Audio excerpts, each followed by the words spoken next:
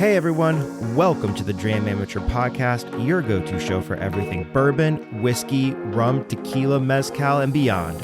I'm your host, Jason. Join me as I journey and explore the world of alcoholic spirits. Let's get started.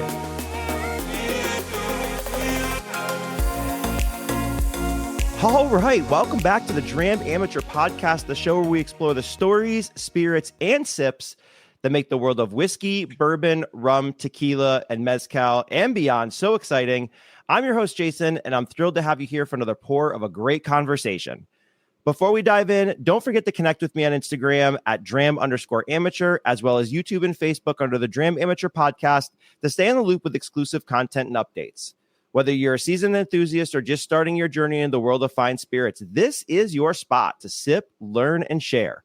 So pour yourself something good, get comfortable, and let's kick off another unforgettable episode of the Dram Amateur Podcast. And ladies and gentlemen, today on the Dram Amateur Podcast, we're hanging out with someone whose palate, presence, and personality have become a staple in the whiskey community. We've seen his reels, you've commented on his ratings, and you've probably said mash or pass out loud more times than you'd like to admit. We're talking about Daniel, the creator behind at Mash or Pass 6, a Columbus, Ohio storyteller who brings a clean aesthetic, honest reviews, and a whole lot of fun to your feed. Whether he's breaking down a double oaked rye, celebrating life moments with special bottles, or highlighting the gems in the Midwest whiskey scene, Daniel has carved out a lane all his own. He's part of the Spirit Animal Society. He's built a genuine community around authenticity and curiosity. And he's one of those creators who reminds us why we love this space, because the stories behind the bottles matter just as much as the bottles themselves. So let's pour something, let's talk shop, and let's get into the creative mind behind Mash or Pass. Let's welcome Daniel to the One More Pour studio. Daniel, welcome to the studio, man. How are you? Hey, thanks for having me. Now, I'm glad we could connect. Your content recently has totally hit with me, and we're going to cover that here in a second, but we're both drinking first. So what are you drinking for the evening? So I have a OHLQ, which is Ohio is a control state. So OHLQ sees all liquor sales in the state of Ohio. And in order to sell liquor, you have to be in a accredited OHLQ liquor store. Most of them are in like Kroger and stuff like that. But there are some other separate liquor stores, but they have to be accredited by OHLQ. But this is a whiskey war from High Bank Distillery. They're double oaked, which is just fantastic. But it is the OHLQ pick that they did with them, and it is absolutely amazing. So highly recommend if you're in Ohio picking this thing up. It's probably my absolute favorite thing that they have. So it's That's great. awesome. That's fantastic. That's fantastic. I went to the back of the shelf because I haven't poured it in a long time. I have a bottle of Old Kirk that I haven't poured in quite a long time. Nice. So, I got turned on to these. I'm proximity wise pretty close to Tennessee, where they used to. I haven't seen one there in a while. I think they stopped distributing. Well, I don't know if they stopped distributing them or they're just changing the distillate. But these are supposedly the Willet Purple Top juice. That's at 6 year and 9 month mark. That's anywhere between 127 to 135-ish proof. So I've got I got this one and a couple other barrels stashed away. So yeah, this is a fun bottle to have. And it's fantastic, man. I love it. Heck yeah. I love it. So, well, hey, let's jump in. I'm going to ask you a few questions about you first and let everybody get to know you before I dive into the content stuff. But tell us a little bit about Mash or Pass. How did this whole thing start? When did it start, right? Was this a COVID thing? Was this an after COVID thing? How'd you get into whiskey? Go ahead and just dump for me because I'd love to hear the story behind the brand you have. Yeah, so it was a post-COVID thing. However, on my personal account, I would post every so often, something that I'm drinking or some, I'm pouring a High Bank thing. I'll do a little post on my personal thing. And then I started following other accounts in the whiskey community. And I remember talking to this individual and they were just like, yeah, you should create your own whiskey one, because doing it on your personal account, probably not the best idea, because it's I don't know, it just doesn't first of all, it doesn't get your name out there if you want to do that. And second of all, it's very, I don't want to say like unprofessional because it doesn't really matter, but it was anyway. So I created my own thing and I couldn't think. So my very first tag was, what was it? It was Daniel the Whiskey Gamer because I like to play video games. Yep. Not nowhere near as much as I used to when I was much younger, but still something like my guilty pleasure that if I have a little bit of time, I'll go and play something. So I was like, yeah, sure, we'll try that. And that lasted for about a month, if that. And I was like, all right, I need to come up with something better. And came up with Mash or Pass. So, the whole smash or pass that everybody's been saying for I don't even know how long. And I was like, what should I do? I kind of want to play off of that. And I was like, oh, let's do a mash bill. So mash or pass. And my whole thing is just, do you like it or not? Like I don't really do a whole lot of reviews because I feel like that's kind of saturated right now. Everybody does a review of a bottle. They get a bottle. Yeah, let's go through the nose. Let's go through the palate. Let's go through the finish. Let's do all of that. And like, all right, cool. It's great. I'm glad people do it. I do it from time to time, but it's not my favorite thing. And so I did Mash or Pass, and it was taken. I'm like, well, who has this? And it's somebody that hasn't been active, and all they reviewed was mashed potatoes. Are you serious? Yeah. So I just saw like, what the crap? So I remember messaging the person and saying, hey, I will pay you X amount of money for your tag so I can have it. And didn't hear anything. And I was like, all right, well, I'll just figure something else out. So then I did 6, mainly because 6 years for me is like a really good point in the aging of a bourbon. So I was like, sure. I mean, don't get me wrong. Like I've had 2-year bourbons like Still Austin and stuff like that. That's fantastic. But I just like, we'll do 6. So we put 6 in it and it turned out. And then that was almost 3 years ago. So January will be 3 years. Very cool. Very cool. So, yeah. We started similar ways because I started doing stuff on my whiskey page or on my personal page back in I moved in here 2019, and I think I started getting back into whiskey then, and then started posting stuff, and then I think I found Bourbon Junkies, and then started to dive into it a little bit more on YouTube and things, and then I started to notice like the Instagram pieces of it too as I'm scrolling through things. And I was like, well, wait a minute, I'm watching whiskey content on YouTube. Now there's whiskey content on Instagram. And I just like you, right? I was like, okay, I really don't want to continue this under just my name because there's not a lot of context behind it. So like a little bit of brand behind it or whatever, and have something you can have some confidence behind. So that's pretty cool. Also, too, how much content can you really create with mashed potatoes? Right. which is so funny because I made I make mashed potatoes every so often. That's what we had for dinner. We had like barbecue chicken and mashed potatoes and stuff. And I'm like, I absolutely agree. Like, okay, I get like if it was just potatoes in general, because there's all sorts of forms of potatoes you can have, but just mashed potatoes? All right, this is a bit ridiculous. That's hysterical. You need to do like an ode post to them where like you're like, hey, and tell the story, right? Like, hey, I really wanted to have this. I reached out, they never responded, and you combine something with potatoes and bourbon. We'll figure it out. That's actually a good idea. I might have to try that. Oh man, that's cool. So with did you always do the Mash or Pass reviews? Sorry, I'm not a stalker. I didn't scroll back all the way to the beginning of your feed. But I mean, did you start with those reviews back then, like the Mash or Pass button, or is this something you recently started with? So that's like I said, when I first started, it was kind of like drinking and video games. But the problem is like the video game industry and community is also extremely saturated. Yeah. And it's very hard to break into because it's like everybody, first of all, you don't have to be 21 to buy alcohol, or you don't have to be 21 to get a video game. There's a whole bunch of kids. It's a whole bunch of people that are that's all they do, literally all they do. And you see that too in the whiskey community, but it was just really hard to do. So, plus it's not something that I could spend like, I can have a drink and sit down with my wife and have a conversation. I Yeah. can't do that when I'm playing a video game. So No. it's being able to do that was a little bit more difficult. But so at first it was kind of like that, and I only did a couple posts of that nature, and then it kind of formed into Mash or Pass, and then it's all history from there. That's cool. That's cool. When did you get into whiskey? Oh, man. So I got into whiskey.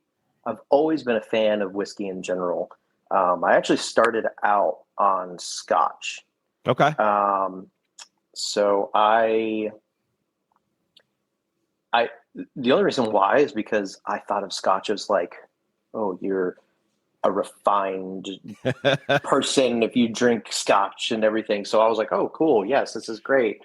And I feel important because I'm ordering a Scotch and not just like a beer or something. And that was, I mean, from age probably 22, 23 or so on. So I joined, I joined the military right out of high school. Okay.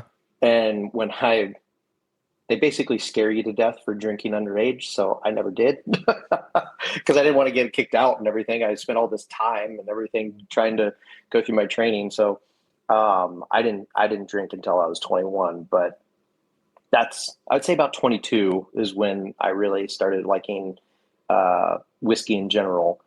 And then I would say my mid 20s is when I've had bourbon before, but Four Roses Small Batch Select is what I had, and it was mind blowing at the time. I mean, it's still something that I absolutely love. It's always going to be my first love of bourbon. So, but that's just kind of where it started. But I really, really, really got into it.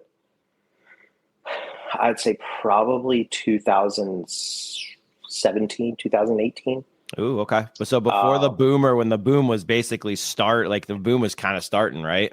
Yep. Yeah. So my wife worked with an individual, and he was a really big bourbon guy, and we kind of hit it off, and that's when it kind of started. He really got me to taste other things, and he's a physician here in Columbus, and he just has a lot of expendable income. So he's like, hey, try this. And it wasn't just, oh, try this, benchmark or something like that. No, It was like, hey, here, I have a bottle of William LaRue Weller. Wow. I have a Pappy. I have a George T. Stagg. I have a like high-end Michter's. I have like all this. I'm just like, you really just want to open this? And he goes, yeah, that's what it's for.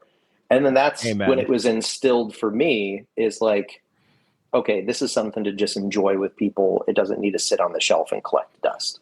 Yep. So, amen. I just had that conversation with somebody the other day because I was like, we were talking about what we have, and I was telling them how many bottles I had, and we were just talking about what I have, and there was they mentioned something, and I'm like, oh yeah, I have a bottle that I haven't opened it yet. And I said, I'm to the point right now where I'm trying not to open bottles that I have because I have so many open. But I said, let me tell you something, like you just mentioned, if you came over and you pointed at that bottle and you're like, hey, I want to try that, or I want to, I'm like, can we open it? I'm like, here, pop it, like open it, because that's what it's for, right? Yeah. So I'm like, when it's just me by myself drinking, I'm not going to open everything. But like, if you came over and said that, and it's a part of the community, right? It's part of the culture behind it is to share it. So no, that's good you were brought into it that way, because if with a collection like that gentleman has, it could be the complete opposite like mentality with it as well, right? Like hoard it and not share it with people. So that's cool that you had that. Yeah. Absolutely agree. Yeah, it was mind blowing to me because I'm so used to people in general with anything that's expensive. They're like, oh, don't touch it, or don't do this or whatever. And he's like, no, what haven't you had? And I said, well, I haven't had most of this stuff. And he goes, all right, let's let's crack open like 4 or 5 bottles and you can taste different things. I'm like, holy crap. So then that's when we became really good friends. So That's a cool experience. No, that's yeah. good. That's awesome. That's really cool. You mentioned with a scotch, favorite scotches back in the day, peated scotch, unpeated scotch. What would you like? So let's see if I think I see it. So this is my favorite scotch of all time. And you can only get it in the UK. It's a Glencairn Treasures. So it is a single malt scotch, very high peated. Okay. I love the really high peat, that smokiness and everything else. It's not something I can drink all the time. Yep. But it is something that just, when I'm in the mood, it really hits a spot. I used to just be like if I, obviously most places won't have that, especially outside of the UK.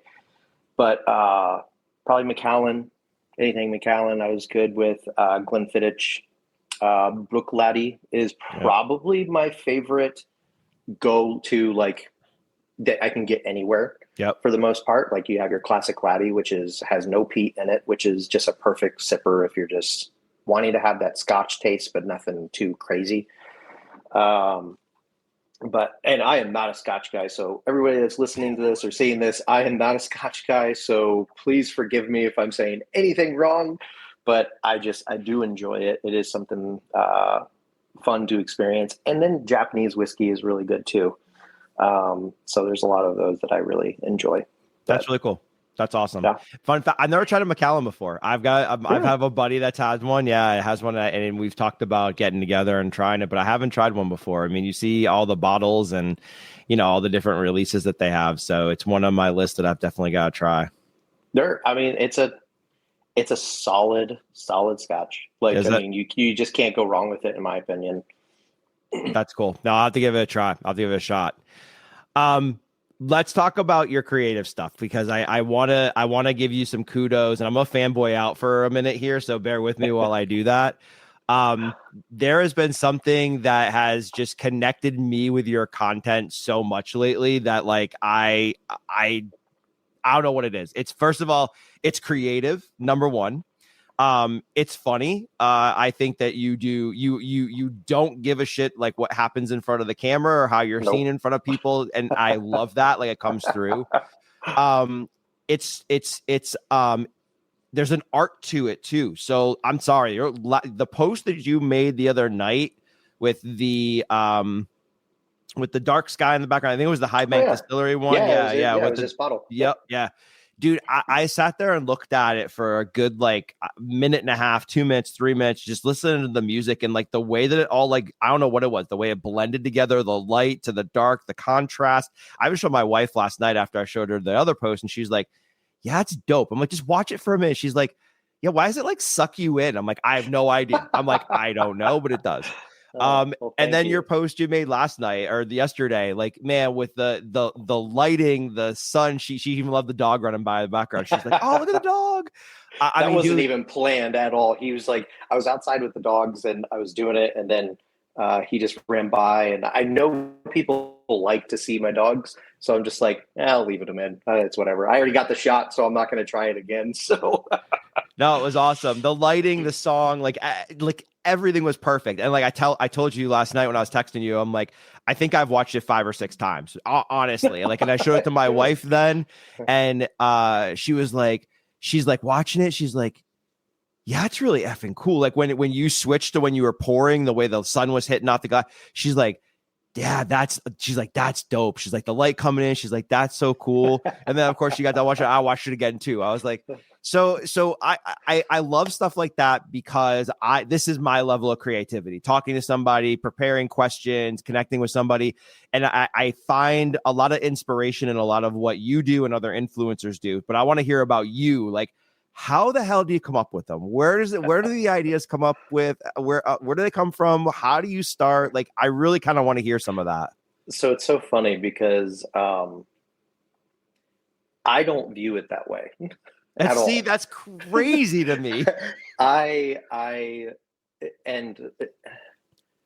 mainly because I try to stay as humble as I possibly can. Yeah. But I guess I'll brag a little bit just because my wife told me to.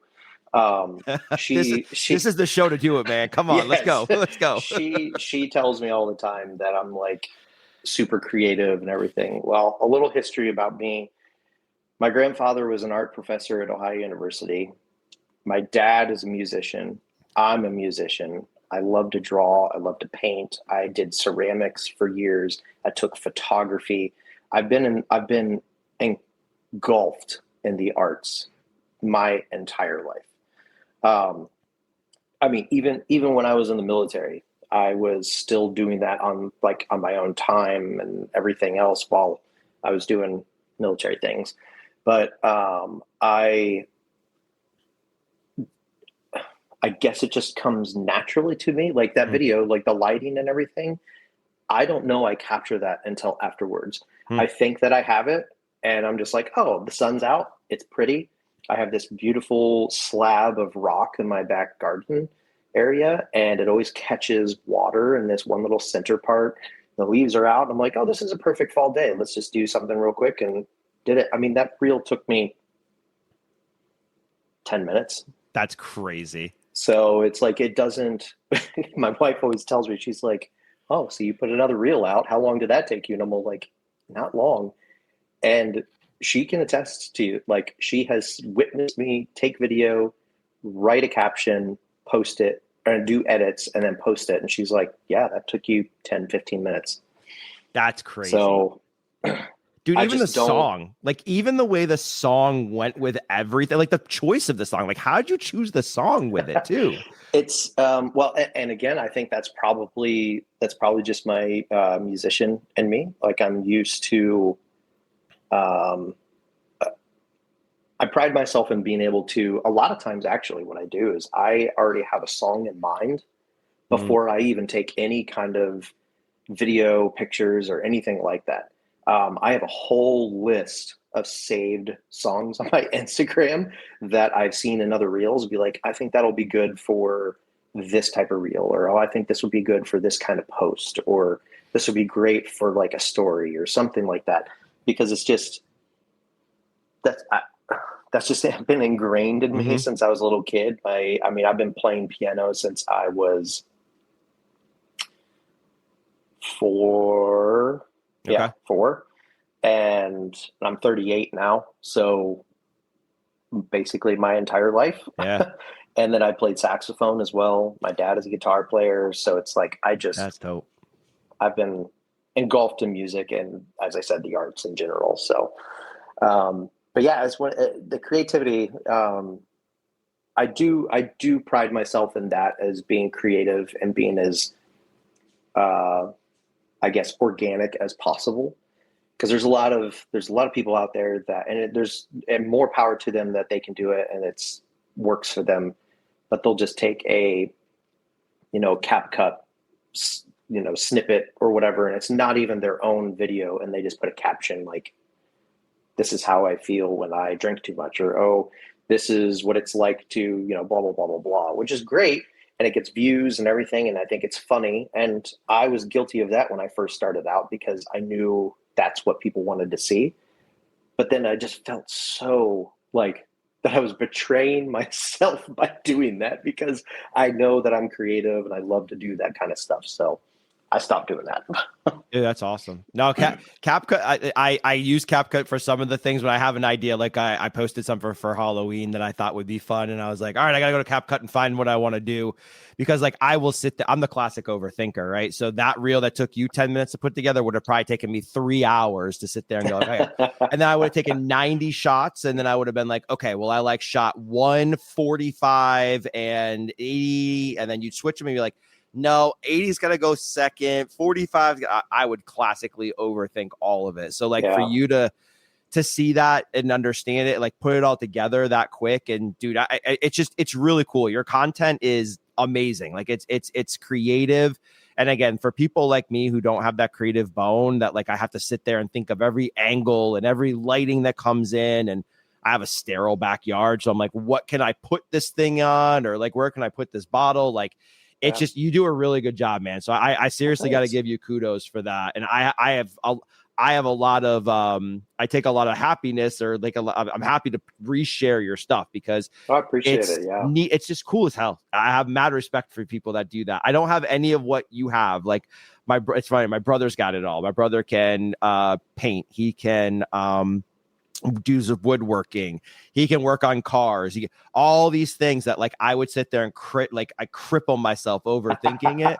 My brother's got all that, and my grandfather used to do woodworking and stuff like that. So like, Nice. it's I have a lot of respect for people that have that knack, because it's just something that I don't do. I'd have to really sit down and be patient with it and know that I'm not going to get this done in 10 minutes. It's going to take me maybe a month. But I'm going to work through these kind of things. So again, that's why I have a lot of respect for what you guys do, and do it so quickly with quality, man. It's dope. It really, really is. I appreciate that. And I mean, real and visuals aside, what I really hope is, and I imagine you're probably going to talk about this, but is my messages at the end. Yep. All of my stuff that I'm really trying to get people to understand. And a lot of my reels kind of reflect what I'm talking about. Yesterday's didn't, but we can talk about that later. That was kind of something that's been bugging me for a while now. So I'm very glad that I was able to get that out, because we'll talk about it later, but let's lean into it. So tell us a little bit about what you're putting in the post, why you're including it, let's talk through that. Yeah. So, yesterday's post specifically was geared to, it's very easy for us content creators or influencers or whatever you want to call us to get basically sucked into this luxury of getting free bottles or free samples, or getting treated special at a distillery, or being invited to events, or whatever it may be. And then when it doesn't happen, we either feel we did something wrong, or that we're being betrayed and that we deserve all of this. We don't deserve shit. We don't. Yeah, we great. don't. Like, we all have separate jobs. Most of us probably do. We have lives that do not and should not revolve around social media. This is something I just enjoy doing. Yep. Hence why, as you said in the beginning, I don't care what I look like in front of a camera. I will be silly. I will look crazy. I don't care, because it doesn't matter. At the end of the day, it really does not matter. And I mean, my whole post yesterday was just like, hey guys, we need to kind of come back to basics and realize, like, we are all special in the sense of being human beings, but you aren't special in the sense of you deserve to get free things from these distilleries. I mean, people are complaining that, well, this person got something, why didn't I? Or I got something a while back, but why haven't you sent me something in like months? What's that about? And then they get mad and they're like, well, I'm never going to support them again. I'm like, you have to, they are a business, that, right? Like, they need to make money. So they're going to figure out a way to do that. And if you're not a part of that, then you're not a part of that. You can go out and buy their bottle. It's not that difficult. So it just really gets it. It legit was like something I talked about 2 nights ago in a group chat with some friends. And then Danielle, I don't know if you know her. She did her post, and I literally messaged her, and she's a really good friend of mine. And I messaged her, and I'm just all like, hey, thank you for doing this. And I showed her the clips of my group chat that I'm with people here in Ohio. And she's like, oh my gosh, that's like perfect timing. And I said, yeah, it's fantastic. Thank you so much for saying something. Because I literally was saying, I was like, this isn't my forte to get on and kind of, I don't want to say talk down to, because I don't think, hey, all good. Welcome to life. I know. I love exactly.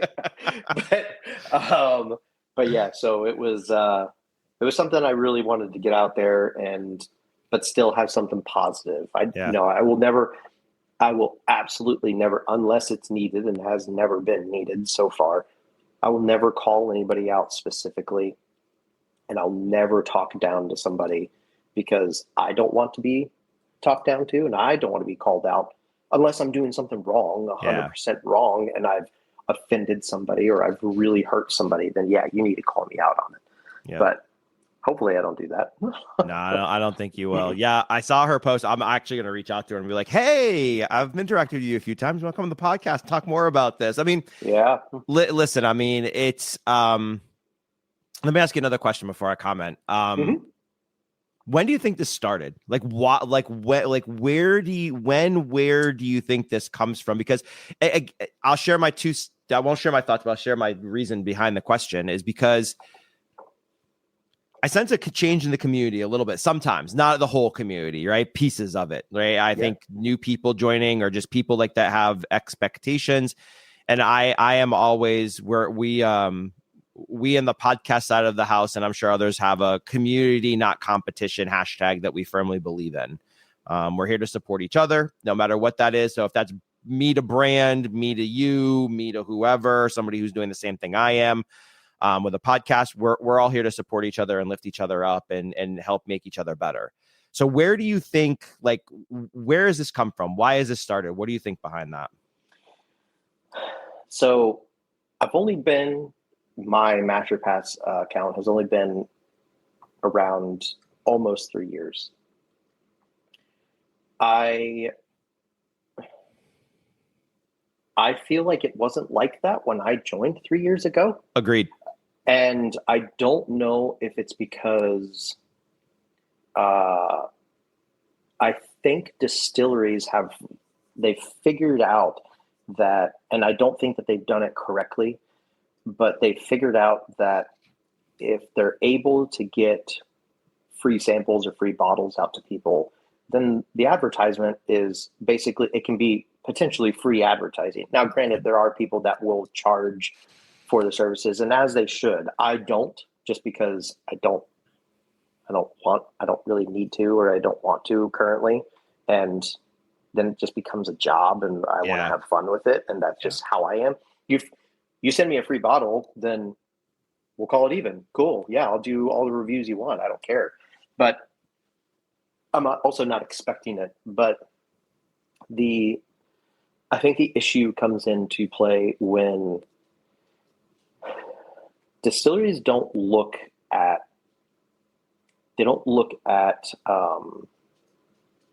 what's the word I'm looking for? They look at the follower count, but they don't look at, how many people are actually commenting, like the engagement of everybody. Because somebody could have, 20,000, 30, 40, 50, 100,000, but each post they only get 50 likes and, 20 comments. Okay, that tells me most likely most of your followers aren't real. They're paid for, or they are just absolute fake accounts that don't do anything unless need be. And a lot of distilleries will only look at that as opposed to the engagement. So what that does is then gives the people that have a lot of followers the, I guess, entitlement that they have that, oh, you sent me a free bottle here because we already discussed this. Like, I have a lot of followers and stuff like that. But I think distilleries are now starting to realize if I send the same bottle to the same person over and over and over again, you're not spreading the word at that point. I mean, you think of it, and this is a really bad example, but if you think of it as a disease, you're containing it at that point. You don't want to contain this. You do not want to. High Bank does not want to contain it only to Columbus, Ohio. They want it to go out. Oh, yeah. So the only way to do that is to give it to new people. But if you only have so many bottles to give, then that's all you can do. Yep. So, all right, Jason, I want to send you a bottle of High Bank. Great, awesome. And then, 6 months from now, a new release of High Bank comes out. If I just kept sending it to you, the only people who are really going to know about it are from you. Yep. But then they don't ever get to taste it because they can't get it. Yep. So it's like, I don't know. I could be completely off base, but I really think the change happened when the whiskey community just exploded in social media, and it's changed in the past 3 years that I've been in it. I mean, it's crazy. And maybe I could also be thinking that because I'm more in it now than I was 3 years ago, but I don't think so. I really think it has changed drastically. I think it has too. Yeah. I mean, I had stuff sent to me from a brand before, and and then nothing ever else, right? Like I had an old fashioned kit like sent to me. Never ever did I ever think like, oh, now I'm on their list. Oh, I'm gonna now get bottle after bottle. Like, I don't know where the entitlement thought process comes from, right? Even my promise to myself when I started this podcast was, if I do get anything, then I promise that I'll do an honest review on it, right? If I don't like it, I won't talk about it. I'm not one of those people that I'm going to talk about everything and say everything's fantastic, right? But my is more like, give me the stuff behind the brands. Tell me about it. Let me understand what it all is. If I like it, that's even a benefit for me. But then my promise that I made myself was, every bottle I get, if I get anything, it's going to get shared. So when I send out samples to people, like literally I start packing samples of that out to people, and like, here, my neighbors, same thing, sample bottles, my friends, samples of it, because that's if you're going to send me something, it's not just for me. It's for, like you said, it's for me to share it with the community, whether it's here on the space online or it's with the other people that I know, and then introducing them to that. So that's my approach to that. But to expect something, like you said, you made a really good point. They're running a business. They don't have 9,000 bottles to send out to people, or 800 bottles or 100 bottles, right? So for them to be able, for them to space it out to different people, different areas, whatever, and maybe markets that they're looking to grow in, right? Maybe they're not in Georgia. They send me a bottle of this next time because they want to grow in Georgia and they want my presence to help with that, right? Like, that's where I think that, I don't know where the sense of entitlement comes from people. Like, I watched the post from oh gosh, help me remember her name. Sorry. Danielle. Yeah. Danielle. Sorry. I watched the post from Danielle, and I started watching it. I kind of like twisted my head a little bit. I was like, okay, where's this going? And then when she got into it a little bit, I'm like, oh, okay, we're on the same page. We're good. Yeah. So yeah. And the thing is entitlement is something that, I mean, it's not a new concept. It's not something that has just came into fruition, but it's, it's just astounding to me that you think you're entitled to anything in agreed. life. Like, you're not. Yep. Like, you have to, unfortunately, you have to work for things, and nothing should be expected. Yep. It should just be a happy surprise that it happens. And I'm not going to lie, like when I first started, I noticed people getting bottles and stuff, and I'm like, man, that's so cool that you get these like gift packages and stuff. So I'd ask them, I'm like, hey, how did you get those? Like, that is really cool that you're able to, that you're well known enough that you can get those, and you worked really hard apparently to get it. And every single person just said, you just got to work hard. Just keep doing what you're doing, and they will reach out. And that's exactly what happened. And to be honest, I don't get free bottles from anybody except for local here. And that is extremely rare that happens. Most of the time I'm purchasing them because, one, I want to. It's a local brand that I truly love and that I'm very passionate about. But two, that's normal. I mean, it's a consumable and it needs to be purchased. So, and who better to purchase it than you? I mean, exactly. I mean, that's the thing. I mean, I've interviewed brands on here that hasn't sent me a damn thing. Yeah. Nothing. Not a t-shirt, not a hat, not a bottle, not a sample, nothing. Yeah. Don't really care because, again, like you said, right? Like, I feel gifted that I had the opportunity to sit down with them and hear a little bit of their story. And I think that's my biggest takeaway from this, right? Getting to interview you or introduce, you to somebody else or a brand to somebody else and taking a little bit deeper dive. That's my special behind it. Right. So like, that for me is that's my entitlement, I guess. It's just being able to do this, right? I guess it's a weird way to look at entitlement, but I mean, it's an honor to be able to do this with people. So, Yeah, people need to. So I'll say it out loud. I really don't give a shit. The big people need this. People need to change their mindsets, like and They change do. them quick They because really do. they're ruining they're a bad egg in a community that is not filled with many of those bad eggs, and sometimes those are the loudest ones that ruin Yep. things for a lot of us. Yeah, absolutely. And I think, and to be honest, I think there's enough of us to kind of so. squash that. Yeah. To really call them out and be like, listen here, like you can't be, I mean, you can do whatever you want. There's just different consequences for your actions. And I guarantee you this action is not going to have a good consequence. Yep. And distilleries are wising up. I mean, they are absolutely wising up, and they're starting to be like, well, screw you. If you're going to complain about it, I won't ever send you anything. And not only that, this is what blows my mind.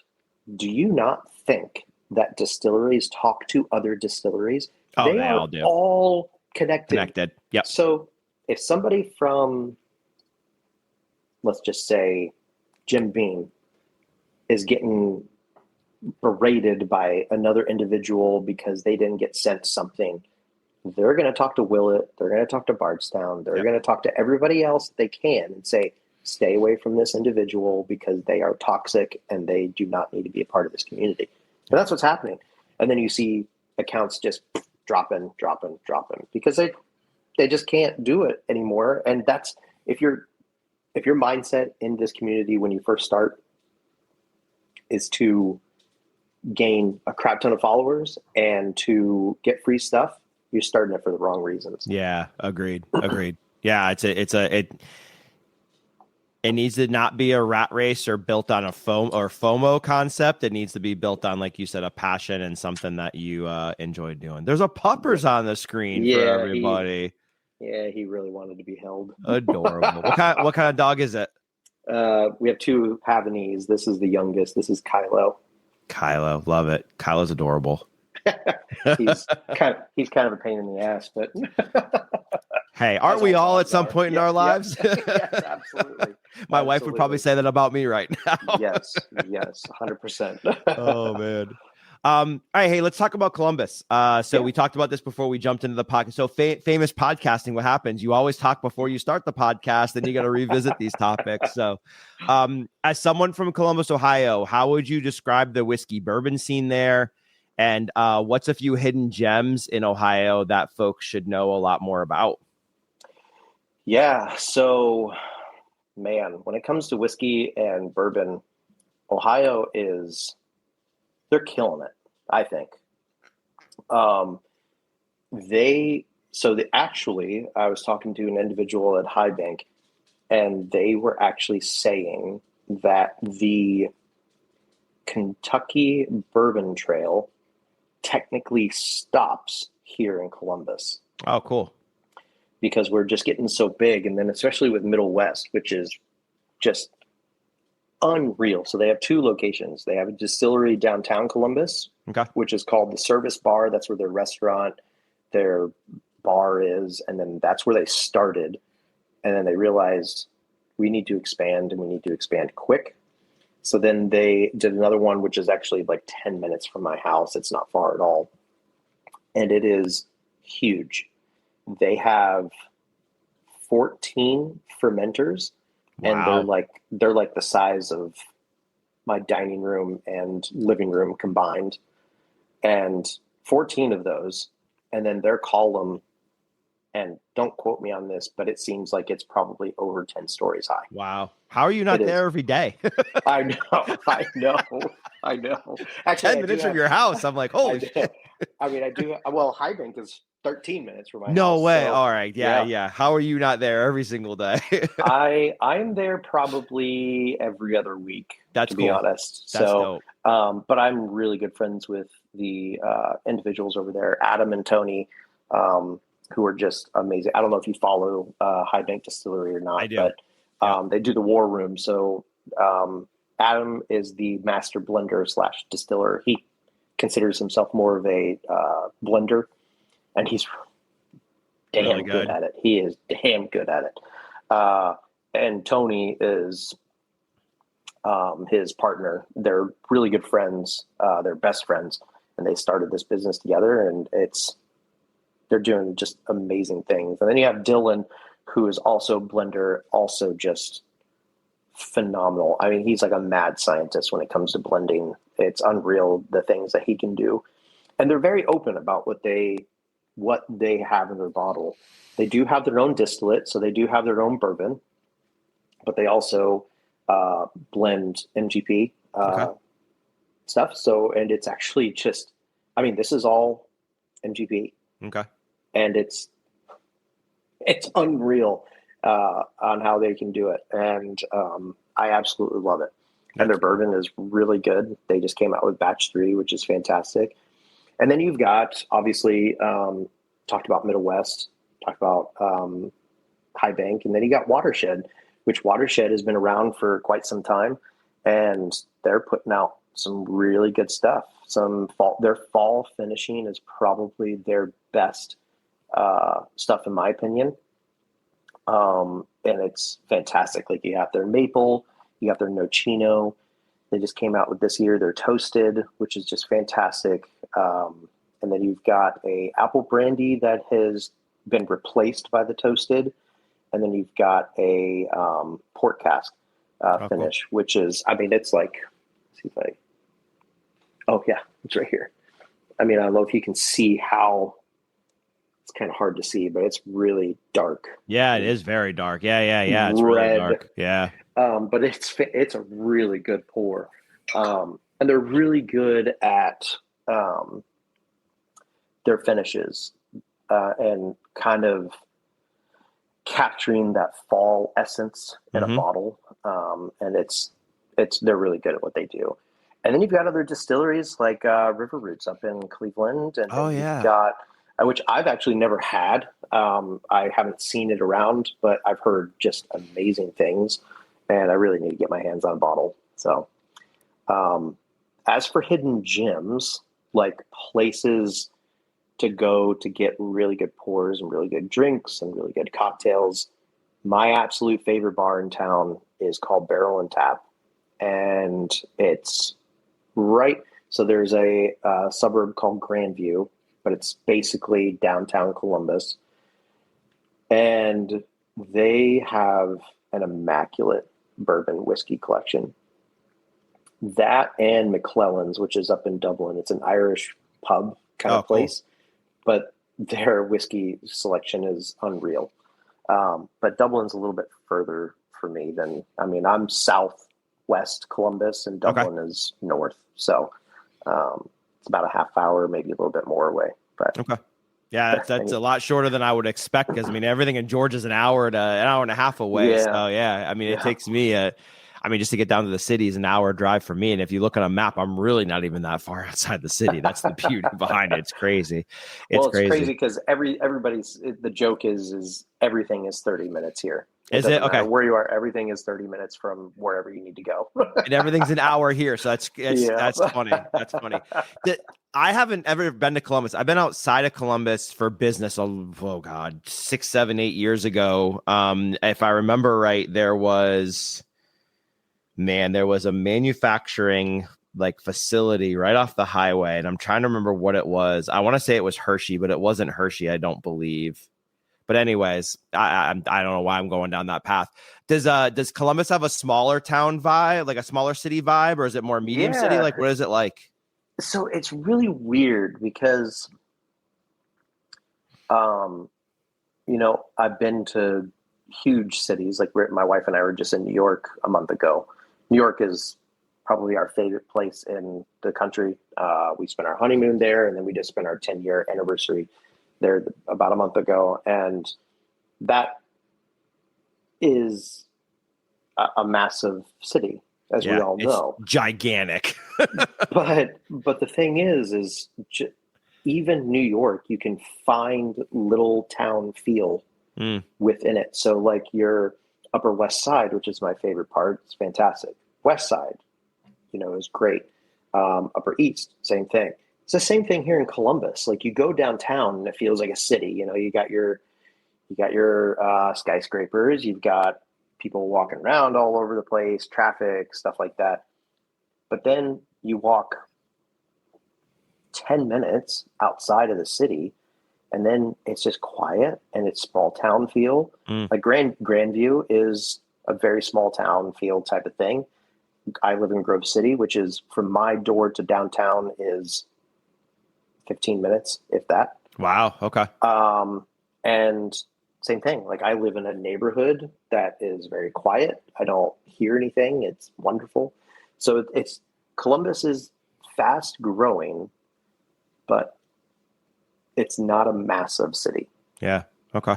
At least I don't get that feel, at least from it. Is it doing like Atlanta did? Is it growing out like this, like from the center out? Okay. Yeah. Okay. Is it growing more one way, like north, south, east, or west? Yeah, it's probably growing more north. I'd say more northeast. Okay. Than anything else. Northwest than anything else. Okay. So you have Marysville, which is where a Honda plant is. Oh, yeah. Okay. So that will most likely be engulfed by Columbus at some point. Gotcha. Just because it has to be. And then Scott's Lawn Care is here as well. Oh, okay. Their headquarters is here. So there's a lot of headquarters here that people don't think about, like the limited brand. So Abercrombie's here, Express is here. Oh, wow. White Castle is here. Chipotle is here. A lot of stuff in Columbus. I didn't know that. It's insane. It's absolutely insane on how big Columbus is. And I'm from Athens, Ohio, which is like southeast, poor, basically West Virginia, Ohio, or West Virginia, not Ohio. And then moving up to here has been like, wow, this is interesting. And I'm always finding something new. There's always a new restaurant opening, a new bar opening. I'm just like, what is happening? Like, there's no way that I can see all of this in my lifetime. There's this, and we want to, like, my wife and I joke all the time. I mean, I would love to live in New York. Yeah. I can't see anything in Columbus, let alone in New York City. So yeah, imagine. Oh, yeah. We were talking before we jumped on the podcast about being foodies and like the food scene there, because I had told you I saw when I learned about High Bank, I saw them, and then on Diners, Drive-ins, and Dives, they were featured there as well. And that's what I told my wife. I was like, listen, we got to go to Columbus first trip we get on a weekend to go explore somewhere, because it wasn't just that place. It was another restaurant after another restaurant after another. Like there's this scene on Diners, Drive-ins, and Dives where it looks like it's south of the city, but I don't know. There's this long road, and then they have the city way in the background. Like it's a straight road, it looks like in the city. And that's how they pan away from everything in Columbus. And I told my wife, I'm like, yeah, we got to go to Columbus. I got to go check this damn place out. So now there's whiskey and bourbon and all that stuff there, plus cocktails and drinks, and now plus food places. Like, okay, check. I'm there. Yeah. Sign me up. And affordability. That's the biggest thing. I mean, it's you have all of that combined with relatively affordable housing. Okay. And it's just, I mean, and that's the thing. It's like, just like any city, there's always good, there's always bad, there's always great, and there's always really bad parts of town. But for the most part, Columbus is actually a really safe place to be. Yeah. I've never gone anywhere. There are very few places that I've driven through that I'm all like, ooh, I'm just going to keep driving. Yeah. Most of the time I'm like, I feel fine. Like it's not a big deal. So you have that, and then you have affordability and really good homes. And on top of that, we're just constantly building. So there's new homes being built all over the place. So it's really nice. Yeah, I enjoy it. Sorry, my wife just texted me. She said, good night. Love you. All good. No, it sounds like a lot of what happened here. I mean, I moved here in 2000. Wait, hold on. I can't do math here. 1997. 97. Yeah, because I've been here a long time now.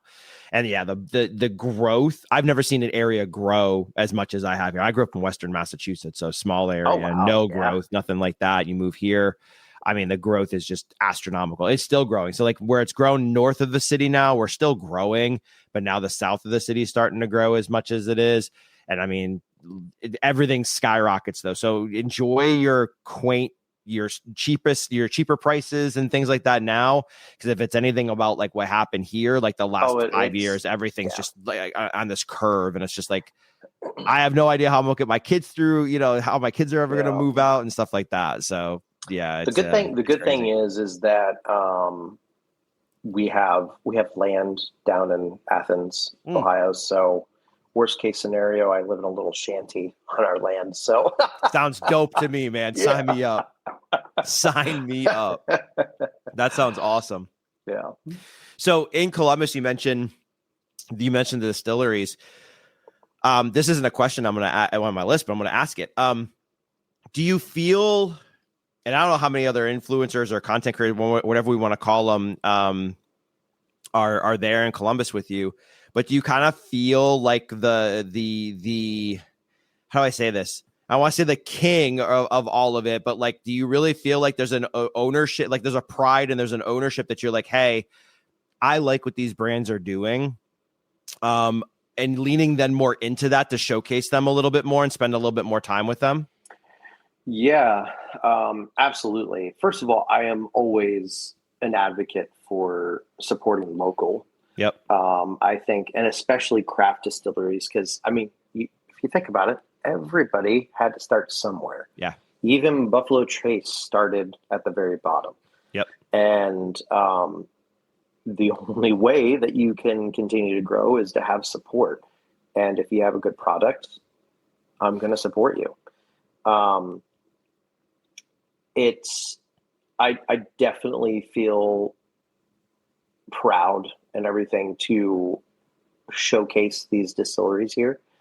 But I've also developed some really amazing friendships and relationships with these people. I've gotten to know them on a personal level. I've gotten to know them on a professional level, and we've hung out. I mean, I've spent a very large chunk of my life with these people. So I couldn't imagine not supporting them. That's cool. And I think that's something that people kind of jumping back to piggyback off of what we were talking about earlier. I think people forget that.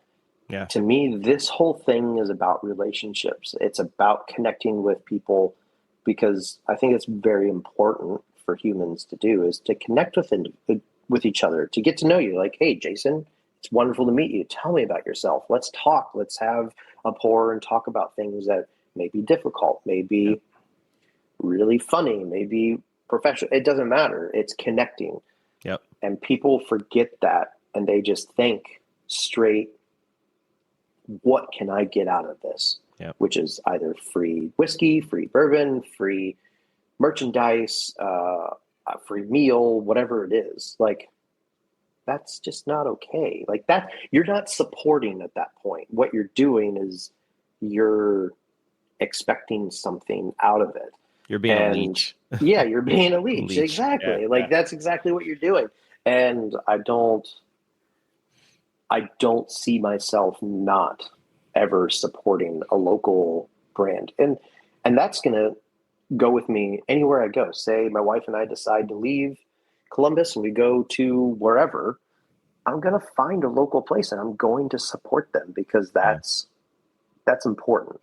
It's very important. And being a local, and I hate this word, but being a local influencer, I feel that it's also my duty to showcase that. Because a lot of people haven't heard of High Bank. Yeah. Or if they have, they haven't seen it in their area. And I'm really good friends with the sales department there. And that's what they want to know. They want to know, like, okay, who have you talked to? Who really wants this? Where aren't we selling? Yep. And where are we more saturated that we could probably take away from, that we could move to here? So it's always a conversation that we're having. So that's cool. That's cool. I get a lot of inspiration from this too. The brands that I've connected with, like the amount of blood, sweat, and tears that go into creating what they have created, like how they've done it from like the ground up. Like it's, to me, it's insane. Like I met some guys from California that literally are like, yeah, we self-distribute in California around the area. So still to this day, we're taking boxes to bars, to liquor stores, to wherever, and Wow. self-distribute. I'm like, dude, that's nuts to me. Like that is like, you literally give a damn not only about what you're putting in the bottle and selling to consumers and your story behind it, but you give a damn so much that you're like, I'm going to pack this in my car and go deliver it somewhere. So like, Yeah. do you get a lot of inspiration from that? Do you see that from a lot of the craft distilleries there in Ohio? Yeah, so I really do. I don't think that it's to that extent, like they're actually packing up their car I and bet you taking they it to were at one places. point though. They were at one Yeah, point for yeah, sure. yeah. But it's it's the attention to detail and it's the attention that they give to everybody that comes, especially so like High Bank, for instance. And I'll sing High Bank's praises for as long as I possibly can because they are I've been with them since the beginning. They're amazing. I love everybody there. And every time I go into the restaurant, I'm always just greeted with open arms, and every single person is just wonderful to be around. And they're like that with everybody. That's dope. They're not, I love that. they're not like, I've never met anybody rude. Their service is great. The food is great. Their pours obviously are fantastic. Cocktails are great. Um, but I think that they are just more personable. Mm. You know, I was having this conversation with somebody last night, and we were talking about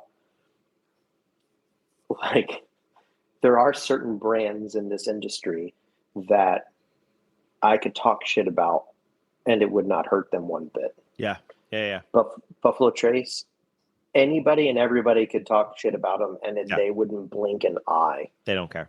and they don't care. I've tagged them in everything Buffalo Trace that I have. They don't care. They Yep. don't. They don't say anything. I don't even think they have a social media presence really. Yep. And if they do, then it's automated, Yep. which is totally fine. And congratulations, you've made it to that point, and this is awesome. Um, but I like the personal touch of a distillery here in Columbus. I took my dad and my uncle, my dad is, I am extremely close to my dad. He is, I would honestly say he's my hero. He's a fantastic Awesome. man, love him to death. And then my uncle is just getting those two together. I bet. It's insane. My dad's the oldest, and then it's my uncle, and it's crazy. But my dad's never been to a distillery ever. Oh, wow. But he loves bourbon. And I'm just so like, oh, well, you need to come up. So we went to Watershed and High Bank in the same day because Watershed and High Bank are less than 10 minutes from each other. Okay. Like I could walk to them. Oh, it's cool. They're very close. And my dad was just so like, man, this is so cool. Like, this is really cool. And I said, you think this is cool? Wait until you go to Middle West, and then wait until we go down to Kentucky and you actually see like massive rick houses and multiple rick houses. But what I love is that, they are actually having a conversation with you. They are Yeah. getting to know you as a person, and they're actually, it's hands on. I'm able to thieve. I'm able to touch the barrels. I'm able to do all of that.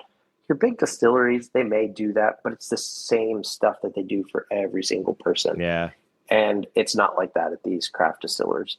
They are doing something different. They are constantly trying new things, and I prefer it personally. And it's on the shelf. Yeah. It's not, I'm not waiting in line forever and ever, or I'm never going to not have that. I definitely prefer craft. That's really cool. Nah, cool experiences. I mean, some even in my time, like I haven't had, any of those experiences. So it's cool that you have,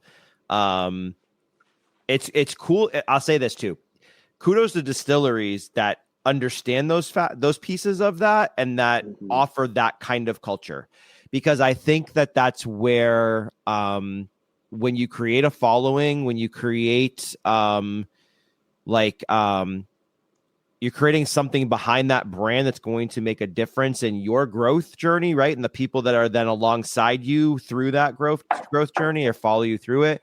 Those are the kind of small touches that maybe small to you as a distillery, but huge to somebody else that's never had that done before. That's badass, right? So like if I walked in there and they were like, yeah, let's go pop a barrel, we'll thieve out of the barrel. Like I've never done that before. So like to me, I can tell you already, to me right now, like that'd be like a memory I would have, core memory for the rest of my life, right? That I got to do that. So that's really cool. It's so cool because like I'll go to High Bank and like when I was there with my dad, I walked in and I said, hey, to the hostess, I said, hey, is Dylan here today? And she goes, yeah, he is. Do you want me to tell him? And I said, yeah, we're going to sit down and eat real quick, but can you just tell him that we're here? And I'd like to just bring my dad and my uncle back if at all possible. If he's busy, then we won't go. It's not a big deal.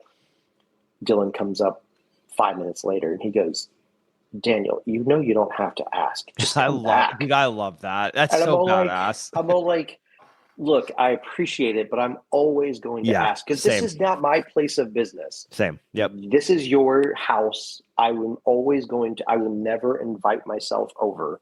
And if it's available, I'll ask. I'll be like, hey, is this possible? If not, don't worry. I'm still going to come and eat and have a drink and enjoy it and spend my money because I absolutely love you guys. Yeah.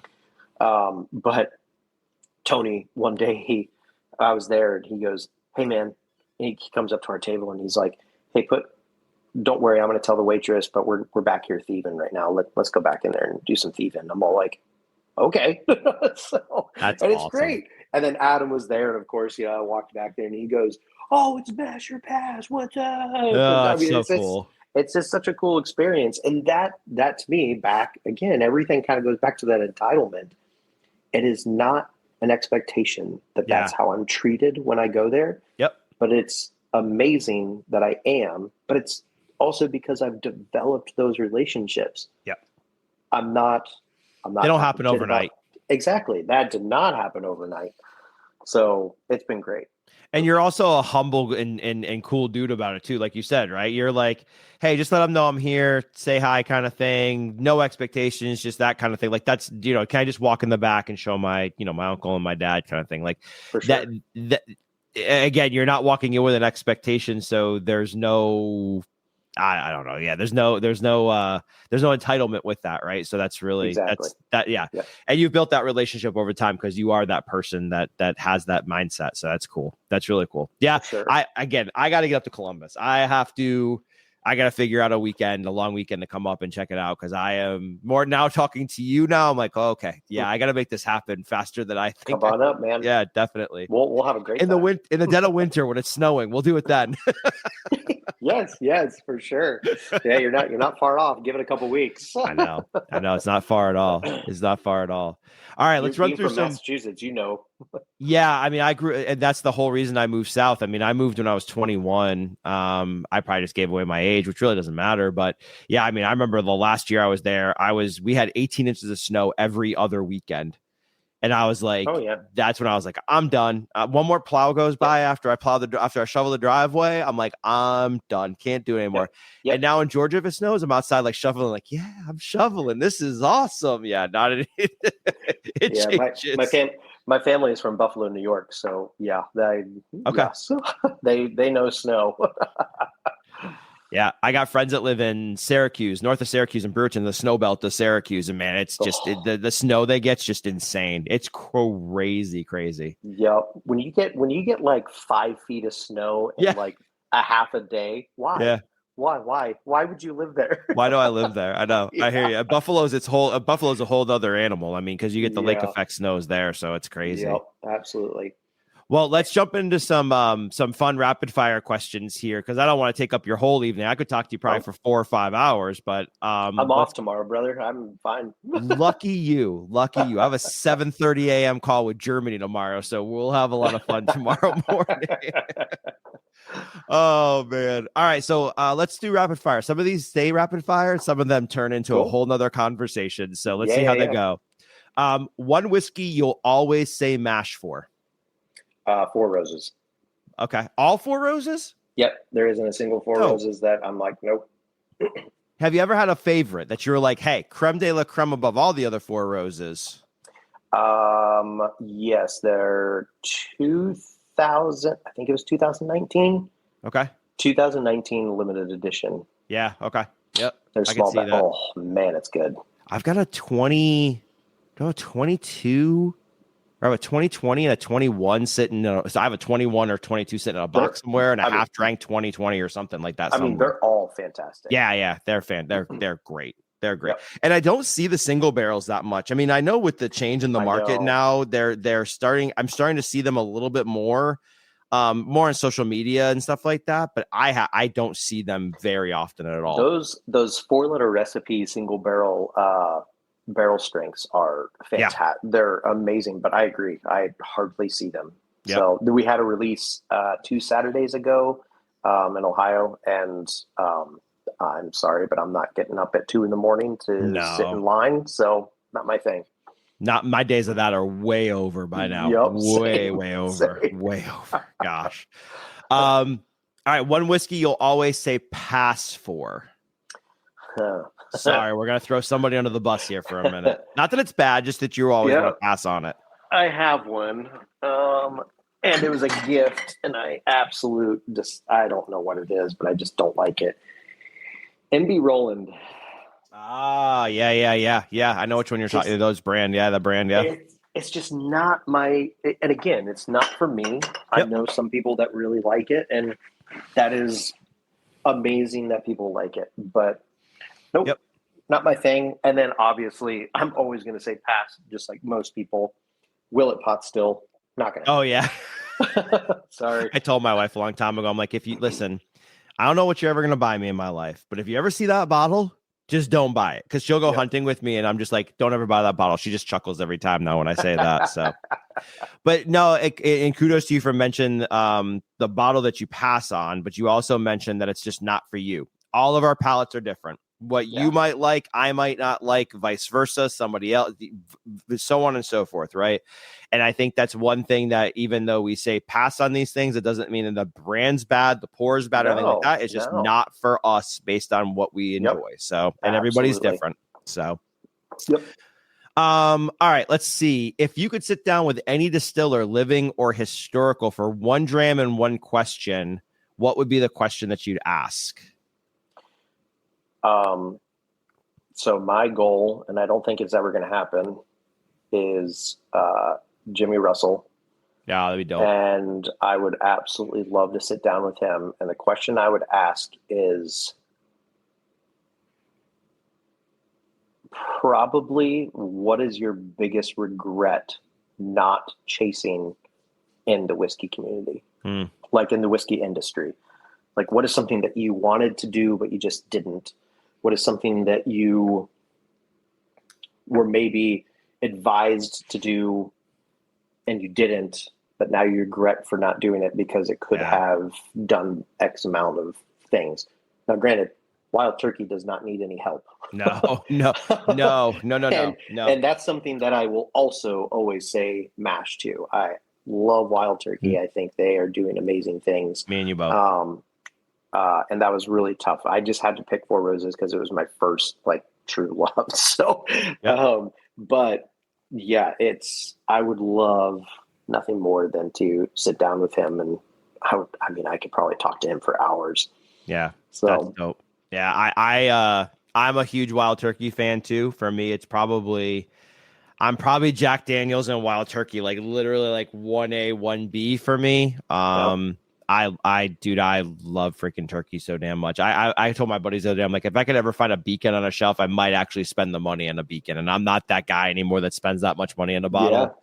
Yeah. but I'm like, I might end up buying one. So if I can find one. So no, I agree with you. So yeah, that's a good one for sure. For sure. All right. Best sip under $30. Best sip under $30. Oof. See, I only ask the hard questions in the rapid do. fire. Yeah, you do. Gosh. I would say best sip under $30. In all honesty, I would say probably a benchmark. Okay. I haven't had one yet. It's so good. That's what I hear. Like, it's nothing like this is this one is their single barrel. I prefer their full proof. Okay. But it's like 16, 17 bucks. Yeah. Like, they said there's one because the lineup is like they have 6 in the lineup? Yeah. And they're like, if you don't like one, okay, you spent $16 on it, go get another one because there's going to be one in that lineup that hits for you. That's what everybody always says with it. I've done a blind with a benchmark, and I think it was foolproof with other BTACs. Okay. And benchmark won. No shit. Oh my God, I love that. Because it's like and again, everybody's palate is different. Yeah, and absolutely. everything like that. Yep. But it's the same shit, guys. Yeah. Like it's all just is. aged different. It's in a different part of a rick house. It's there's different parts to it. I understand that, but it's the same mash bill. Yeah. It's all the same. It all comes from the same place. No, it's a good one. That's a really good one. Again, something I have to try. Actually, did I try it? No, I didn't try it. I thought I had a buddy that had it, but I haven't tried it. I'll have to give it a shot. Bottle you pour for a newbie.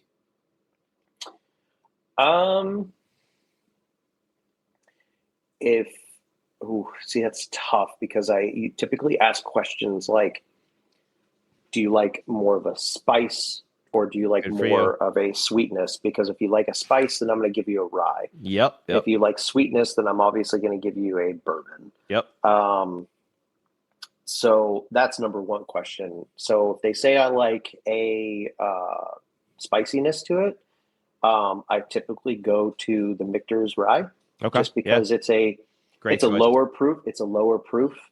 And it's not going to be overwhelming, but you still get that rye in there, and it's fantastic. Yep. If they like bourbon, honestly, for a very new person into it, I will tell them to go get a Larceny or just a regular Four Roses or something. Like, it will give you a chance to actually understand like what bourbon is and the different types of notes and stuff that you're going to get from it. But it's nothing high proof. It's nothing spectacular, but it's enough to get you started into it. So. Yeah. I think the one thing when you mentioned the proof, I think the one thing I've always noticed when I'm starting to step into this space is proof for somebody new plays a really big role into it, really quickly. The harshness of it, even if a 90 proofer is harsh, which it can happen, right? I think that's one thing that you have to take in consideration that because what I found is people associate smooth with, easy to swallow, not going to burn, those kind of things. So if you can figure out where that wheelhouse is for them, like you had mentioned, I think it's a good way to get into it. And I've stopped it. I've been like, hey, try this 110 proof to start off with. It's probably not the way you're ready to go, to be honest with you. Yeah. Yeah. I mean, I've seen people that are like, here, try this hazmat. It's going to be great. And I'm all like, what are you doing? You're going to turn them off from whiskey altogether. God, that's hysterical.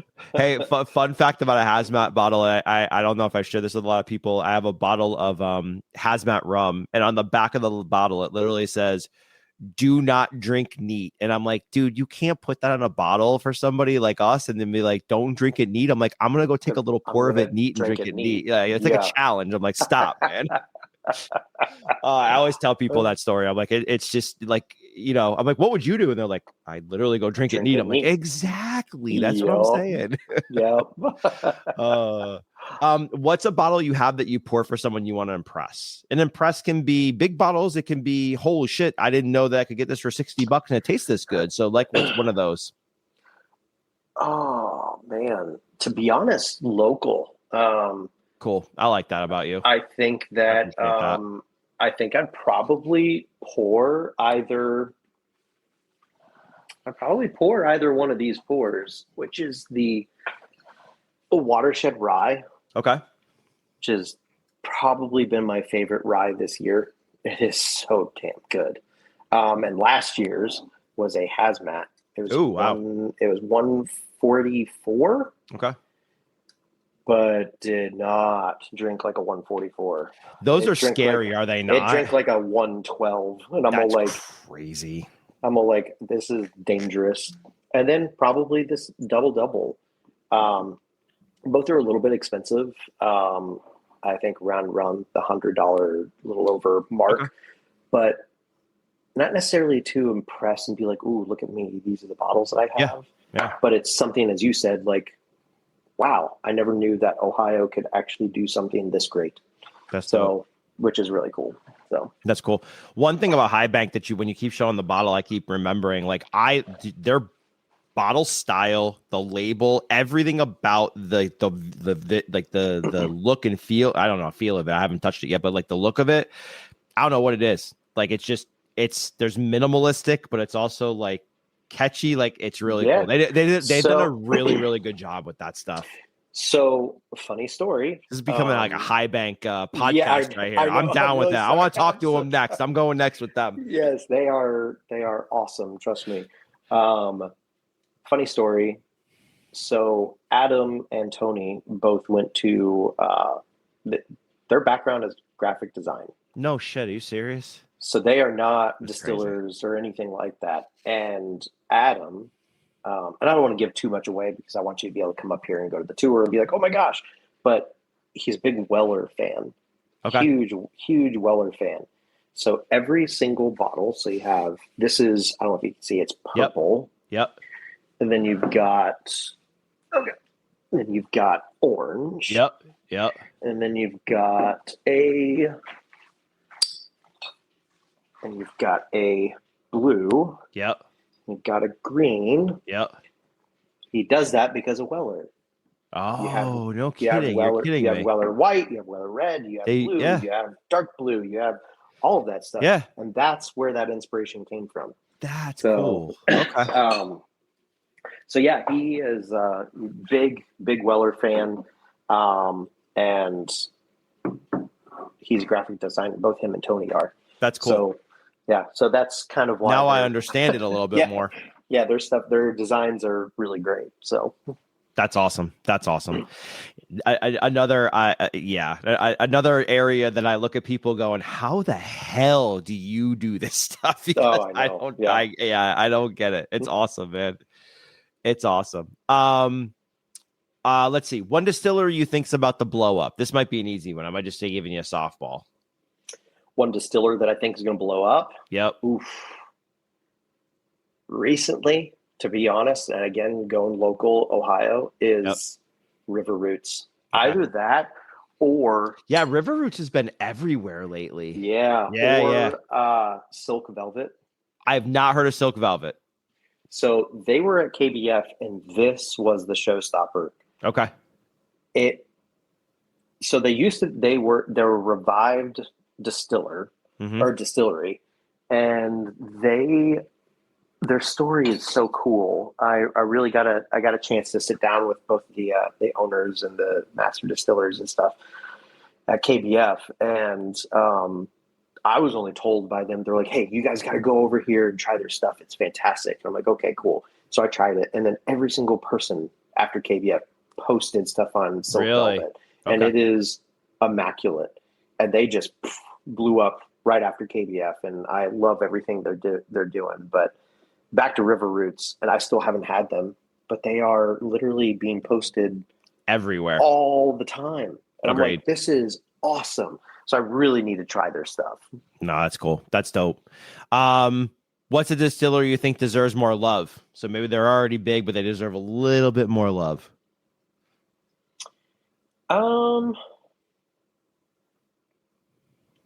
That's a tough question. I personally think, and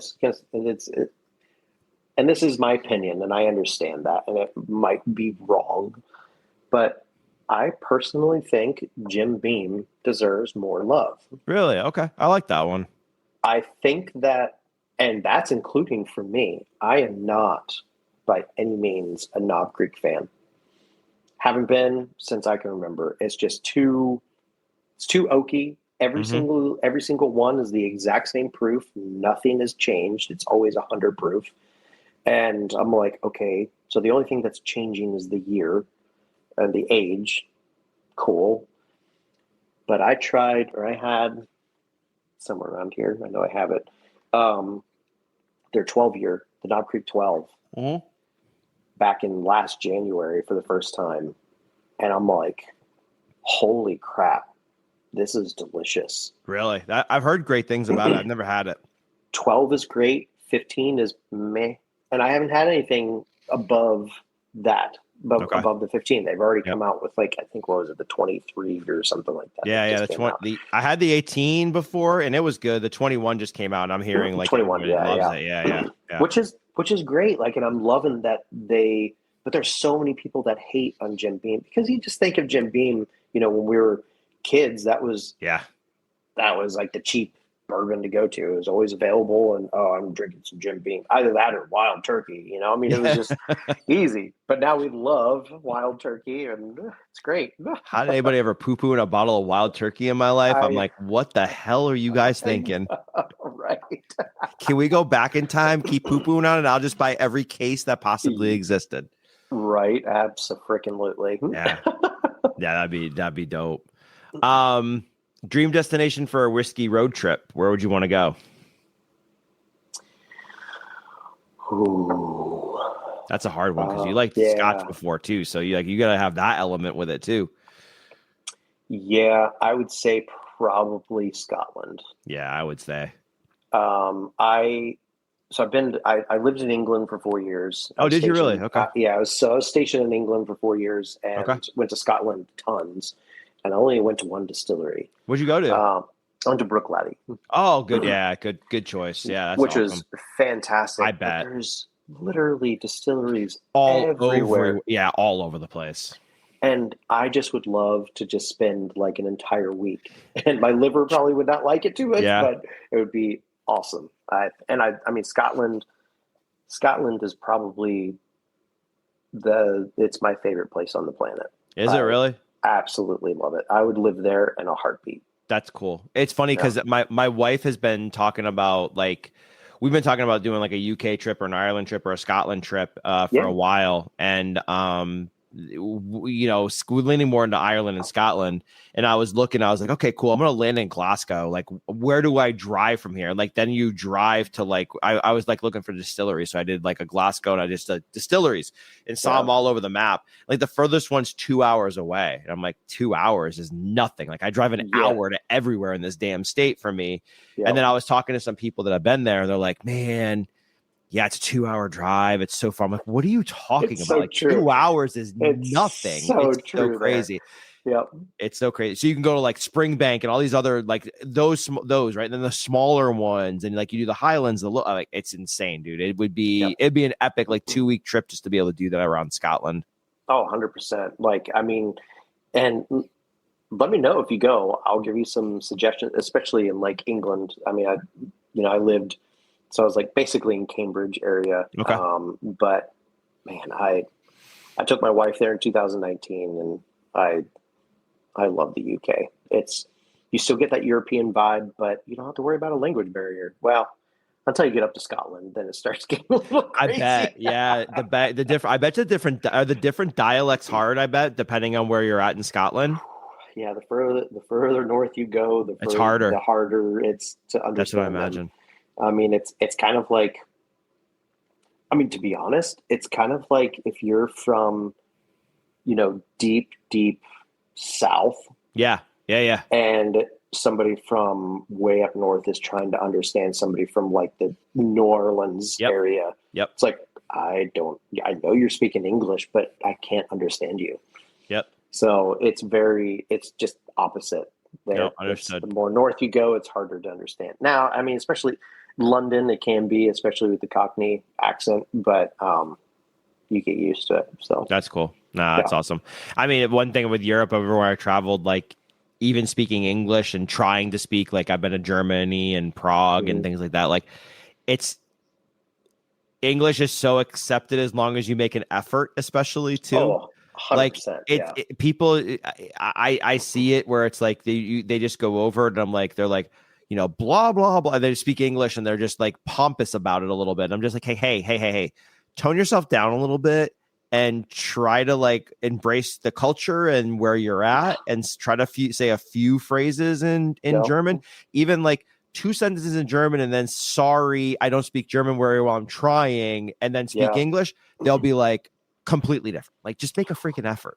It's so funny, and I know we're getting off topic of your rapid fire questions, but I have to say this. So, I speak enough French to get around pretty Okay. easily, which Yep. is, I mean, my family is from Buffalo, New York, but I'm only fourth generation American.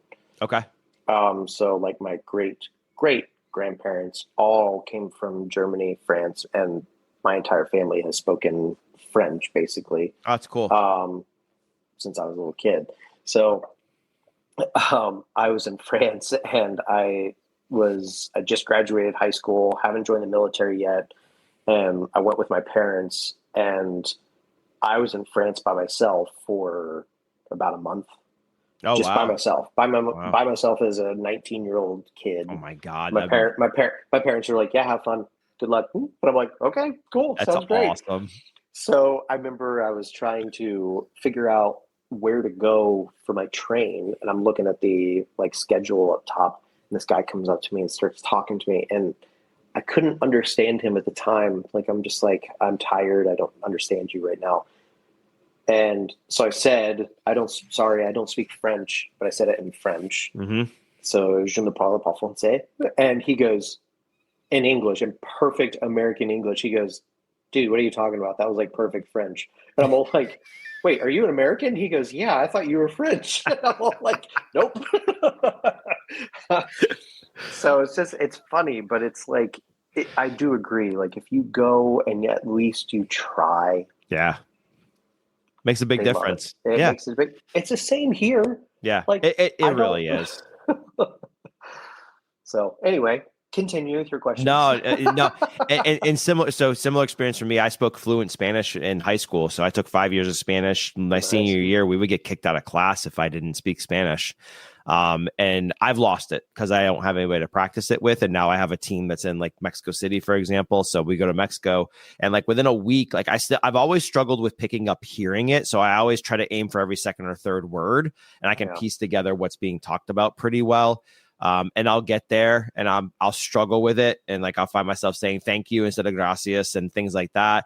But then by like the fifth day, when I'm about to fly home, like I'm walking downstairs at the hotel, like, hola, buenos dias, cinco personas, yeah, blah, blah, blah, going to the table, get seated or whatever. And then, you're picking up conversations a little bit more, even though I'm still not able to speak it. And then all of a sudden it's like you fly home and you lose it all. And I'm like, I'm like, I just need to immerse myself. Like you said, being there for a month by yourself, you immerse yourself in it more. So it's like you pick it up. Yeah, it's way easier to pick up that way. Well, I'll tell you one culture that really appreciates it, and it's because it's just such a hard language. And I took it for about 2 years, and I still just like, it's too much, but is Japanese. Oh, and okay. Yeah. I remember we were in London, and we were eating at Borough Market, and there's a whole bunch of different food places there. And I saw this Japanese little food truck or whatever, and I was like, oh, I'll go over here because I really like Japanese food. So went over there and got my food, and I said thank you for this meal in Japanese to them, and her face just lit up. She's like, oh, that's awesome. Oh my gosh, you speak Japanese and everything. And I'm all like, I don't speak a lot, but enough to like say thank you and how are you doing and stuff like that. And she goes, oh my gosh, thank you so much, thank you, this just made my day and everything. I'm like, oh wow. And then talking to my friends who all speak Japanese fluently because they've either lived there, taught English or whatever, they're just like, yeah, when they see a white person speak Japanese, they are floored. No, it's dope. And I mean, so lesson learned from everybody, life lesson, make an effort. Like, yes, learn 10 phrases, grab Google Translate, and before you say something, think about what you're going to say. Like, just go for it. Like Yeah. it's really not hard in today's society to be able to do this and put an effort toward it. So Worst thing that's going to happen is you just laugh about saying something wrong. Exactly. Yeah, I walked it. But sorry, we went off sidetrack on this. We're going to stay on it. I was in Germany. I was in Munich, and it was a Sunday afternoon. I had it was a Saturday evening. I had the time to myself, walking around. I walked into what the hell I walked into a coffee shop, and I grabbed the coffee, and I stepped in, and I did a little bit of German with the person, and she looked at me really quick, and I looked at her, and she looked at me, and she goes, "You're from America, huh?" I swear to God. I'm like, wait, what the hell? I'm like, yeah. She's like, "Where are you from?" I'm like, "Oh, I'm from Atlanta, Georgia." She's like, "No shit." She's like, "I grew up in Atlanta." I'm like, "You gotta be kidding me." So even somebody who like I had no idea she spoke like English based on her German, because she'd been there for, I think she said she moved there with her dad, and she's been there since she was in high school. She'd been there for a while. I was like, that's so cool that like you just kind of like look at each other like they know, and it's just like that's pretty neat. So man, just again, give it an effort. You'll never know who you're going to meet and how exactly. you strike up a conversation. So absolutely. Go-to snack with a pour. Oof. Chips or popcorn. Okay, fair. Good one. It's bland. It's not enough to take away from the whiskey, but it's still something to put into your stomach. So. Oh man. Okay, what bottle you think best represents your personality? Oh, that's tough. I come with the hard hitting ones, man. I told you. Yeah, you do. I like it. No, I absolutely like it. To be honest, I would say Maker's Mark. Okay. Why is that? Well, for one, you a little waxy on top. Yeah, you got a little wax, and then you got this wonderful, funny little sweater that's just fantastic. And I mean, why not? Like it's fun. Like everything about it, they do so many different expressions, and they're always trying things different. And I absolutely love what they do. So I would say probably that's me, because I also just don't care. No, I love it. No, that's good. And then last one. And I got one more question for you. If you had a theme song, what would yours be? Yeah, another hard one, right? Because you like music as much as I do, probably. It's tough. Ooh, if I had a theme song, what would it be? That's tough. That is really tough question. Probably, I would say probably like,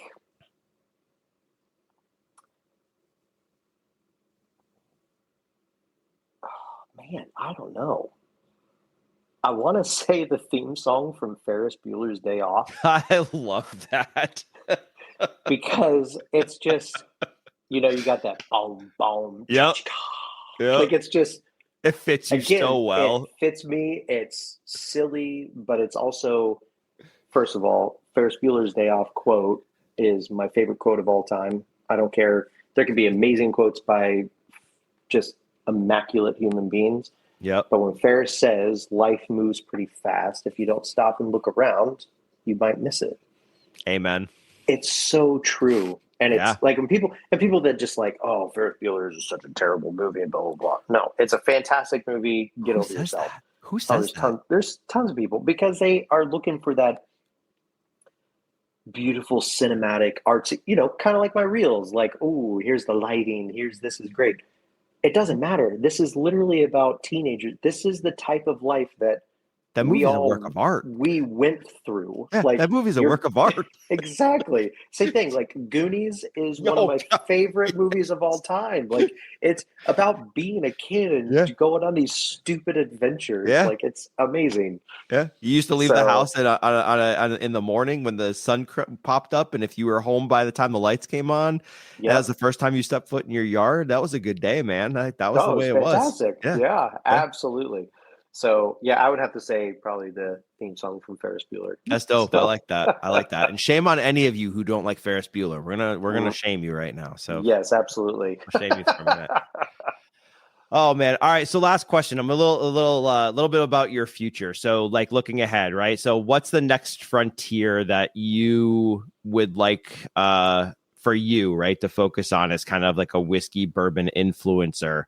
Are you thinking leaning more into the Ohio stuff as we talked about, right? Like more of really supporting that environment and those distilleries and introducing those more to us? Thinking about maybe doing something deeper storytelling wise or completely something unexpected, or is the future potentially unknown? What does that look like potentially for you?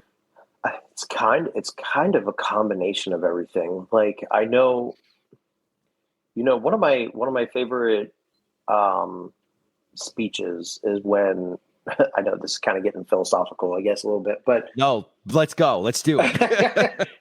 is when Matthew McConaughey was accepting his, I'm pretty sure it was his Academy Award, and he said, somebody asked me who your hero is, and he goes, "It's me, 5 years from now or 10 years from now, I can't remember." And then 5 years or whatever, he's like, "Hey, did you meet your goal?" He's like, "Oh, I'm not even close." And it just keeps going and keeps going. It's something that is unattainable, but you have to have that in order to move forward. If Yep. you have something that is attainable and that's your goal and that's the only goal, once you attain it, where do you go from there? Yeah. You plateau, and I don't want to plateau. I want to keep going up. I want to keep enjoying life and having relationships and stuff, but I don't know what that limit is. I don't Yep. know what that future is. Um, but I do want to continue. I do want to continue supporting Ohio distilleries. I want to continue supporting just local distilleries in general, wherever I may be or where I may Yep. end up. Um, but I think ultimately my real goal is to just continue having relationships with individuals. Like, I hope you and I can continue to talk and really Absolutely. get to know each other personally and, talk about hard stuff, talk about amazing things in our lives. And um, that to me is more important than whiskey. Yep. I, if you, if, if you took whiskey away from me and said you can continue posting about positive stuff and just talking to people, I'd be like, okay, take it away. Don't care. Yep. Yep. That's more important to me than anything else. Whiskey is just a fun little additive that makes it a little bit easier to, I guess, open up sometimes. So, True that. No, I mean you said it really well, right? And I think that's where like in my journey, same thing is kind of like what you just mentioned. It was I started this just telling stories about me and my experiences and stuff like that. And then I got to a place where like I plateaued. I didn't have a plan, right? And I was like, all right, what the hell am I going to do? And I leaned into like what I like the most. And it's kind of just shutting up and listening to people and asking questions, right? I'm not a very brag about myself, put myself out there kind of guy. And that's yeah, why I struggle with the face-to-face content. So that's why like I love and appreciate what you do. Um, but like it's leading more into that community and learning from other people. And I mean, I've met unbelievable people and stories, right? So getting to connect with you and doing the same thing and having the ability for 90 minutes to sit here and ask you questions about how you think about these things and how it's for easy for sure. you. Like, dude, that's so badass to me. It's so fulfilling to me. I mean, days I record podcasts, I wake up with the energy of a freaking 2-year-old, like a little puppy for crying out loud. It's and it tells me I know what I'm doing. I don't care if I have one follower. I don't care if I have 1,000 followers or 1,000,000 followers. For me, this is the fulfilling part of my life that I like to Yep, do.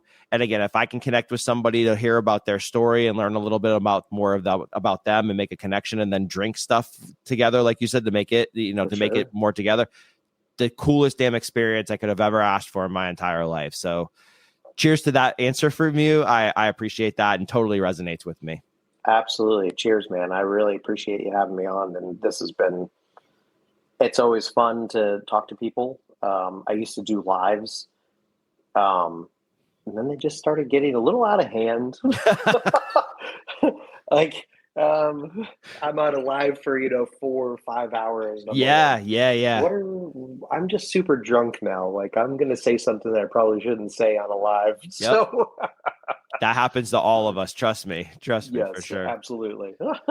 So, well, man, it's been really cool connecting with you. Thank you, first of all, thanks for agreeing to doing this because I asked you to do this. So thanks. And this is not Yes. sometimes the easiest thing for people to get on and talk about themselves a lot. Keep doing you, dude. I love everything that you're doing. I'm not bullshitting you either. I will Thank look you. you. I'm looking you directly in the camera, which is hopefully your eye. Like literally love everything you're doing. Thank you. I think it's cool. I think it's unique. I have mad respect for it because it's something even people that do exactly what I do, I have respect for. But like, I have a lot of respect for what you do because of the way it comes out. And seriously, something with your content recently, it's like literally hitting right with me. I don't know what it is, Good. but it is. So, dude, I love it. Keep doing you, man. And I'm excited to see like what the future holds for you as well. And if I'm ever in Columbus or making a plan, I'm definitely looking you up and reaching out to you, and we're Yes, getting please together do. for sure. If you don't, I'll be super upset. No, I don't blame you. I would be too if I were you. All right, man. Well, that's a wrap for this episode of the Dram Amateur Podcast. A huge thank you to Daniel for joining the podcast and for all of you for tuning in, sipping along, and being a part of this amazing community. If you enjoyed the show, please take a moment to like, share, and leave a review. It helps us grow and reach more spirit lovers like you. You can also follow me on Instagram at dram_amateur for updates, behind the scenes content, and more. Your support means the world to me, and I can't wait to keep sharing this journey with you. So until next time, remember, life's too short for bad pours, so make every dram count. Cheers. Thank you for tuning into the Dram Amateur Podcast. I hope you enjoyed our deep dive into the world of spirits. Don't forget to subscribe and leave a review. I certainly appreciate all the feedback and support. Stay tuned for more exciting episodes as we continue our exploration of bourbon, whiskey, rum, tequila, mezcal, and beyond. Cheers, and until next time, keep savoring every sip.